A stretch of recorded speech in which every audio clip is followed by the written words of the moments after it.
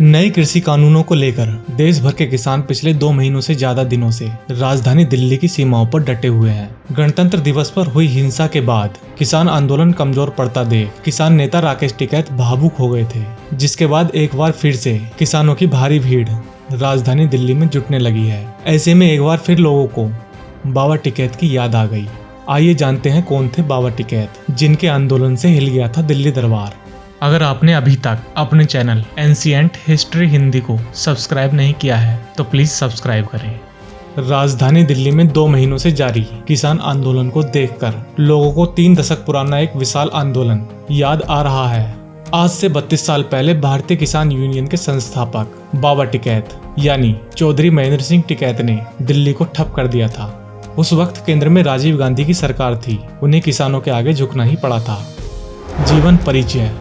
चौधरी महेंद्र सिंह टिकैत का जन्म मुजफ्फरनगर के कस्बा सिसोली में 6 अक्टूबर 1935 में एक किसान परिवार में हुआ था। गांव के ही एक जूनियर हाई स्कूल में कक्षा 7 तक पढ़ाई की। पिता का नाम चौधरी चोहल सिंह टिकैत और माता का नाम श्रीमती मुख्तियारी देवी था। चौधरी चोहल सिंह टिकैत बालियान खाप के चौधरी थे। पिता की मृत्यु के समय चौधरी महेंद्र सिंह टिकैत मात्र 8 वर्ष के थे। 8 वर्ष की आयु में इन्हें बालियान खाप की जिम्मेदारी संभालनी पड़ी। सर्व खाप मंत्री चौधरी कबूल सिंह के सहयोग से चौधरी टिकैत ने अपनी जिम्मेदारी का निर्वाह किया। चौधरी टिकैत ने वर्ष 1950, 1956, 1963, 2006 और 2010 में बड़ी सर्व खाप पंचायतों में पूर्ण रूप से भागीदारी रखते हुए दहेज प्रथा, मृत्यु भोज, दिखावा, नशाखोरी, भ्रूण हत्या जैसी सामाजिक कुरीतियों, बुराइयों पर नियंत्रण करने में महत्वपूर्ण योगदान दिया। 1986 में बने भाकियू के राष्ट्रीय अध्यक्ष। वर्ष 1986 में किसान, बिजली, सिंचाई, फसलों के मूल्य को लेकर पूरे उत्तर प्रदेश के किसान आंदोलित थे। तब एक किसान संगठन की आवश्यकता महसूस की गई। 17 अक्टूबर 1986 को सिसोली में एक महापंचायत हुई, जिसमें सभी जाति, धर्म व सभी खापों के चौधरियों, किसानों व किसान प्रतिनिधियों ने बढ़ चढ़कर हिस्सा लिया और सर्वसम्मति से चौधरी महेंद्र सिंह टिकैत को भारतीय किसान यूनियन का राष्ट्रीय अध्यक्ष चुना। 15 साल के संघर्ष के परिणाम स्वरूप किसानों का कर्जा पूर्ण रूप से भारत सरकार द्वारा माफ किया गया और किसानों को उर्वरक सब्सिडी भाकियू की मांग के आधार पर सीधे देने की घोषणा की गई। भारतीय किसान यूनियन द्वारा 2006 में प्रधानमंत्री को विश्व व्यापार संगठन में कृषि पर करार रोकने के लिए 25 लाख किसानों के हस्ताक्षर सौंपे गए, जिस कारण यह करार नहीं हो पाया। वर्ष 2004 से आज तक भाकियू के विरोध के कारण सीड्स बिल संसद में पास नहीं हो पाया।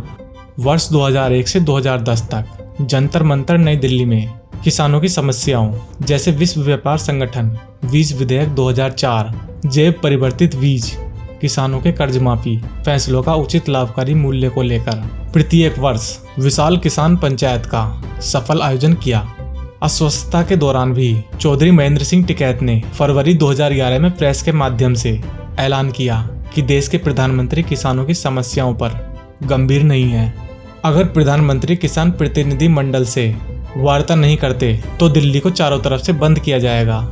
इससे घबराकर प्रधानमंत्री ने 8 मार्च 2011 को ही किसान प्रतिनिधि मंडल को बुलाकर वार्ता की। अस्वस्थता के चलते चौधरी महेंद्र सिंह टिकैत इस वार्ता में शामिल नहीं हो सके।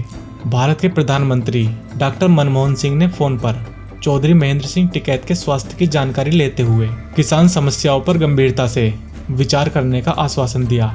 चौधरी महेंद्र सिंह टिकैत ने 15 मई 2011 को ठीक 7:08 पर अंतिम सांस ली। उनके निधन की खबर मिलते ही हर तरफ शोक की लहर व्याप्त हो गई। पिछले 2 माह से कड़ाकों की सर्दी में सड़कों पर डटे किसानों को सत्ता से टकराने का जज्बा और प्रेरणा बाबा टिकैत से ही मिली है।